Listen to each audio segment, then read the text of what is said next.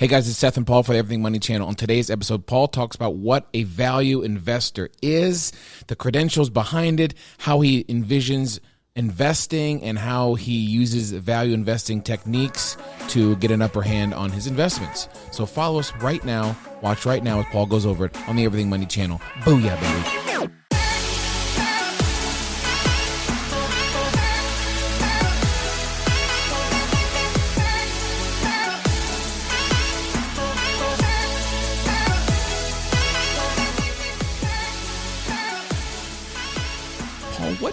You call yourself a value investor. What is value investing? You say it all the time. I still don't have a clear picture of what it is and your strategy of investing. Go for it. Do you want to ask people to do anything first? Just love you. Just love you and who you are. Make sure you smash that like button below. Booyah, baby. Yeah, smash that like button. Support us. We really appreciate it. We just hit 500 subscribers, and we're very close to 500 million subscribers very soon. So just right. F you, Dude Perfect. Yeah, that's right. Isn't that account incredible? You're the one that told me about it. Dude Perfect. Yeah, they're great. My kid watches them. And Gio was over yesterday. He's just like, Dude Perfect, Dude Perfect. I was like, wow. Yeah, they have a gajillion 52 followers. 52 million subscribers. Incredible. What is value investing, Paul? Okay, so value investing from a very 500-foot view is trying to buy a dollar for 50 cents. So, in theory, it's easy and all. So you look for assets that are worth $1. You try to buy that are selling for 50 cents, etc. The hard part about value investing, the hard part about any investing, is the emotional side. Mm-hmm.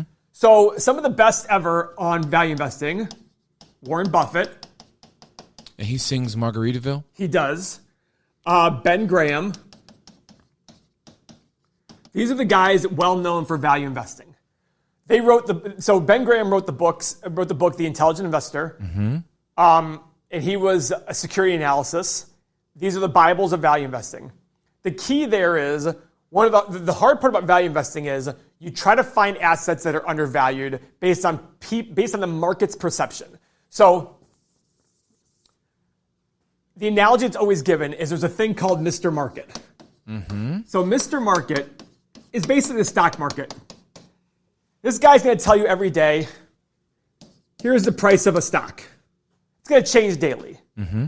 What he's asking you to do is, are you going to buy stock from me at this price? Are you going to sell stock from me at this price? Or are you going to do nothing? Stay the same, yeah. That's basically the job of Mr. Market. What your job is to do is to determine what your value of that $10 is. And your goal is that the value would be greater than $10. And you might be a buyer of the stock. Now, one of the things that value investors always talk about is margin of safety. So what's margin of safety, Seth? It sounds like I need to get in a range to make sure I make money. Correct.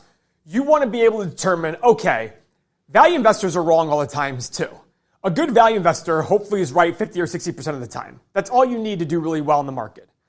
So what they're trying to do is they're trying to have a margin of safety. If they look at a stock that is selling for $10 and they think it's worth $12, they might not think that's enough margin of safety. Well, I could be wrong, and there's 20 different things I'm looking at. If I'm wrong on half of them, this could be completely off. This number could actually be $6. What they're trying to do is get a big enough margin of safety where they're trying to buy a $10 stock that's actually worth, example, $20. So they're paying 50 cents for $1 essentially. That is the big thing in value investing. Now, how do you determine margin of safety? All these other videos that we talk about, and this is very applicable, by the way, not just stocks, in real estate and all investing. When I buy a piece of real estate, I'm trying to find a real estate asset that everybody in the outside thinks is worth a lot less than I think it's worth. And I determine that in the real estate world, which, by the way, I think is easier for value investing than stocks, because there isn't that Mr. Market every day determining price and showing us what things are worth. I'm trying to find a property that has rents that are $550 that should have rents that are $750. Or that I can make the rent $750 by putting a little money into them. That's value investing. In the stock world, I can't go to a company and buy it, though, and sit there and say, hey, you guys are not charging enough. Or I can't go force the entire market to think the stock is worth 20. Mm-hmm. Now, the good news is markets always come up and down, back and forth. Things go in and out of popularity. Popularity, yeah. So the whole goal is that you buy a stock for $10 and you're going to wait for the market to realize, wait a second, that company is pretty good. And over time, it'll go up to $20 a lot faster than the rest of the market. So your goal is to have this $10 company that's selling for $10 go to $20 faster than the market would double in price. This sounds like a foolproof plan. Who is not doing this? Everybody in the world does not do this. Yeah, because you make it seem like you're kind of a rare person for doing this. You kind of call yourself out at parties. I'm a value investor, like you're strange and different. Correct. What I don't get it. Great question. So what would cause a stock to be selling for $10 that would be worth $20? A catastrophe in the company, a catastrophe in the market. Just people's perception of the company. Sure. Oh, that company's dead. The example I always give is Microsoft. The reason I give this example is I had a really arrogant prick once sit at lunch with me and tell me when Microsoft stock was $22 and I was buying it that I didn't understand technology, and technology changes so much. Mm-hmm. What is Microsoft sitting at right now? I have no idea. What is it? $187, $190. And it's considered one of the best companies in the world. And this was only 8 years ago. Wow. And the reason is the perception of Microsoft at the time was Apple's crushing, Google's crushing, Microsoft is late. And I kept looking at it saying, wait a second, Microsoft's growing their revenue every year by 7 or 8% and their profit by 10 or 11%. How is that a dying company? Its revenues were going up, not down. Why is that dying? Their profits are going up, not down. So the big thing is, the hard part about value investing is you have to be willing to look wrong for a while. Mm-hmm. That's the hard part. The public perception of you is that you don't get it. Look at Tesla. If it's not worth $150 a share, why is it selling for $880 a share? That doesn't even make sense, Paul. You are wrong. Okay. The thing about value investing is trying to find 30 companies as an example and saying, I'm buying 30 companies at 10 that I think are worth 20. I'm going to be wrong on a chunk of these. I'm going to be probably even more right on a big chunk of them. And for the rest of them, I'll be somewhere in the middle. And I'll still make good money. That is the idea behind value investing, is understanding the books and understanding the situation in the market and where people's emotions are. I have no problem that when I hear my buddies talking about a stock, immediately thinking it's got to be bad then.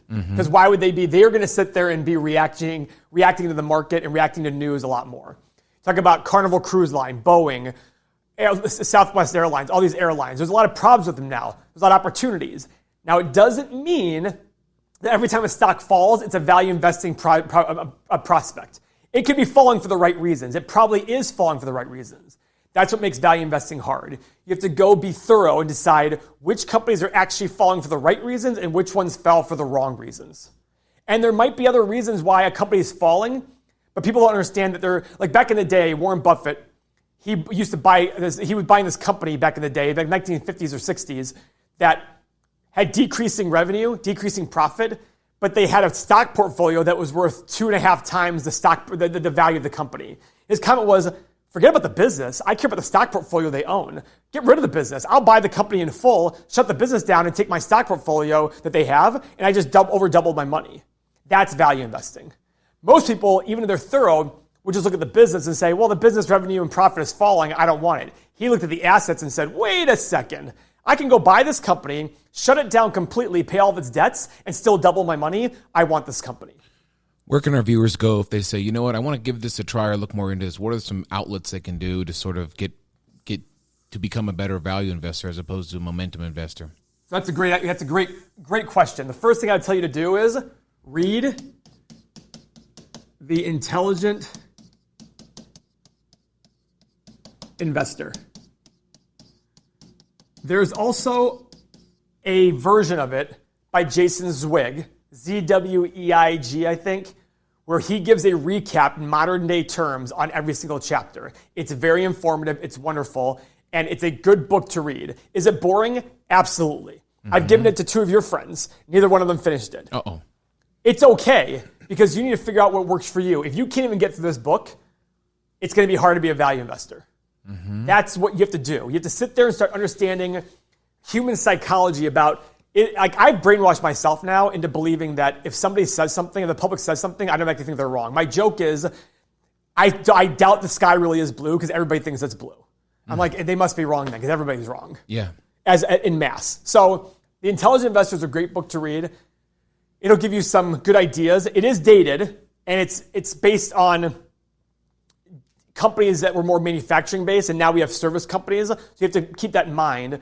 But it is a great start. And if you're able to get through it and it makes sense to you, the one thing Warren Buffett says is somebody either gets value investing or they don't off the dribble. So if it doesn't click with you, it doesn't mean you're dumb. It just means it's not for you. That's fine. For me, I remember in high school being part of the investment club and asking the teacher there, but how do we determine the value of a stock? And he's like, well, you have these analysts that do it. And I remember always asking that question. So there was an inherent value investor in me before I even knew what value investing was. Mm-hmm. I just always asked, but yeah, the stock's selling for 30, but how do I know it's worth 30? Who determines it's worth 30? And I didn't realize what I was asking was a value investing question. So if you're always the person looking for a cheap price, you're probably not a value investor. But if you're looking for a price relative to value, for example, oh shoot, I can go buy this car for 30, but it's worth 40. You might be a value investor. That's the kind of thing. But if you're the kind of person who's always chasing the hot stock, you might still be a value investor, but not realize it because you're just following the herd. Who knows? Just go out there, read that book. If you like it, it might make sense. Keep reading more and keep understanding it. Take 2 seconds right now to smash that like button. Just 2 little seconds will help us out. I have children to feed and I need money. And so it's funny. And so Don wants to have kids. Yeah. Follow all of our videos on the Everything Money channel and join us next time for more insight from Paul. Thanks, Paul.